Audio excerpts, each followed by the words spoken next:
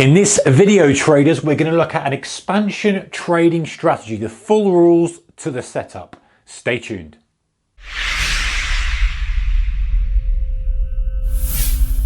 Hey traders, a very warm welcome to you. Okay, so I've been digging through some old textbooks, trading books, the kind where you blow the dust off and you look through them and you think, whoa, and just see if there's any value in some of the trading ideas and strategies from the old days and dragging them over to the modern day markets. And I found some good ones. And here's one I think is worth investigating a little more. Let me share with you the rules and let's put up some examples and you can go out there and check them out yourself. And there's a lot of clever people, guys and girls, watching these videos who are good traders. And if you're not a good trader, you're really into trading, it'd be good to go out there and see if any of these strategies kind of work for you. Let me know if they do in the comments section below. All right, get ahead of ourselves. Let's get back to what we're talking about. Okay, so this is a breakout strategy.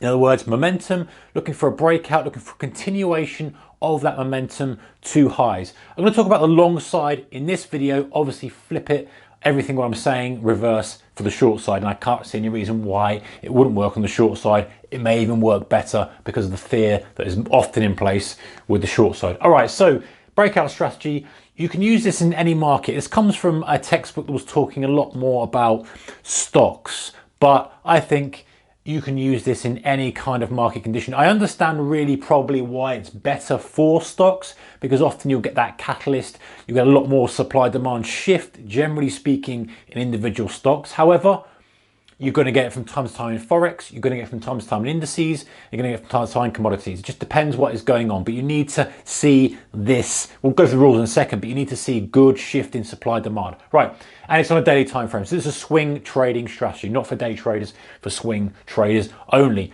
Okay, let's look at the rules. So the rules are, number one, day one has to be a 50-day high. So we're looking to see 50 days. It's the highest the stock has been for the last 50 days. So let's kind of draw an example here. So the market's been pushing on, blah, blah, blah, and assume I've got plenty there. Here we now have our start of the bar on day one. And assuming that's the 50th day, you have to look back 50 days. You can put this into FinViz. FinViz has got a screener for 50-day high or low, or any of your other favorite charting packages, doesn't matter. That's got to be the first criteria, pretty simple. Okay, number two, the range of today has to be the largest range of the prior 9 days. And today is day one, so it's got to be the biggest range of the prior 9 days. So you've got to look back, 1, 2, 3, 4, 5, 6, 7, 8, 9, and we've got to see this is the largest range being high minus low. So assume the largest range of the last 9 days was 70 pips, 70 ticks, 2%, whatever we're trading. This one's going to be above that. So in day one, let's say we're going to have to see this a little bit thicker out with this example. That'll be a good one. That's a decent sized range. It's above a 50-day high. So there's the two filters we need to activate the criteria for the trade.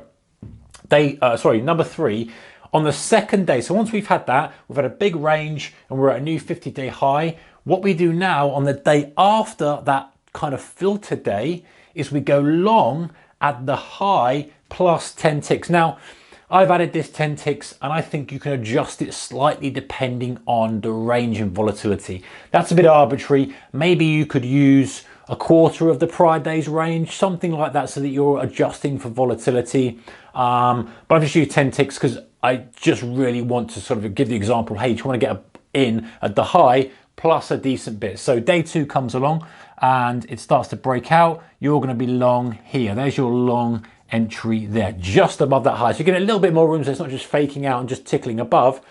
As I say, that could be a little bit wider than that. You're going to have to adjust that depending on the market you're trading. There's your long, and your stop is equal to yesterday's close. Interestingly, a lot of these kind of strategies will look at yesterday's low here. Let's use a different color pen so we stand out a bit. Let's go to purple. A lot of these kind of breakout strategies use the low. So this is quite nice because it's using the close. So it's quite tight, quite aggressive, allowing you to dial up a position size a little bit.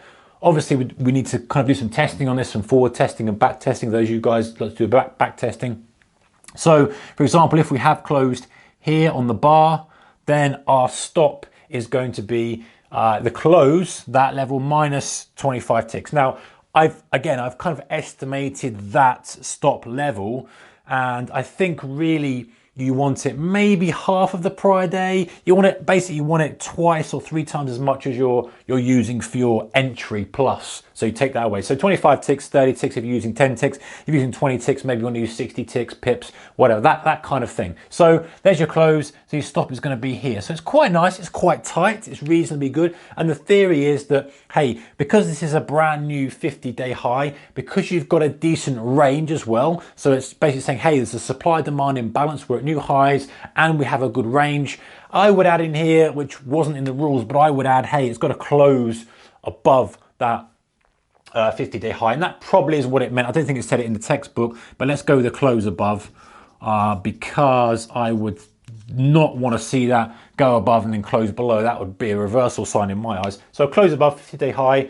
The range is large, so it's showing that it's gone low to high and held, which is nice, and that there's a lot of movement intraday, so a lot more than normal, which again normally indicates there's a decent demand coming in the long instance here. Going long above the high makes perfect sense. You want to wait until the proper breakout on the next day and stop. That makes perfect sense as well. On the close, you're expecting that if there is a little bit of a wane, it's not going to go right back under the close. Maybe it'll kiss it a bit, which is why you want this a little bit deeper than 10. You want a little bit lower than that close. You might just kiss it, fill the gap if it gaps up before it motors on again. And the idea is that you're on the end of a really good range expansion type trade. Expansion trading strategy is what it's called. That's what it's all about grabbing those range expansions. You're probably going to have a catalyst for that, especially for trading a stock. But if not, still technically it looks pretty good. You could maybe add volume in as well. You want a decent burst of volume, but to be honest, with the range in, let's not overcomplicate things. I think there's a pretty good filters to use. All right, guys, thumbs up if you like this kind of stuff, and comments in the comment section below. Have you used this or something similar, or if you're going to use it, try it out, test it out. Let me know how it performs. Like I say, in the comment section below. All right, guys, stay tuned for the next one. We'll be back soon. Take care, keep the risk managed. Goodbye.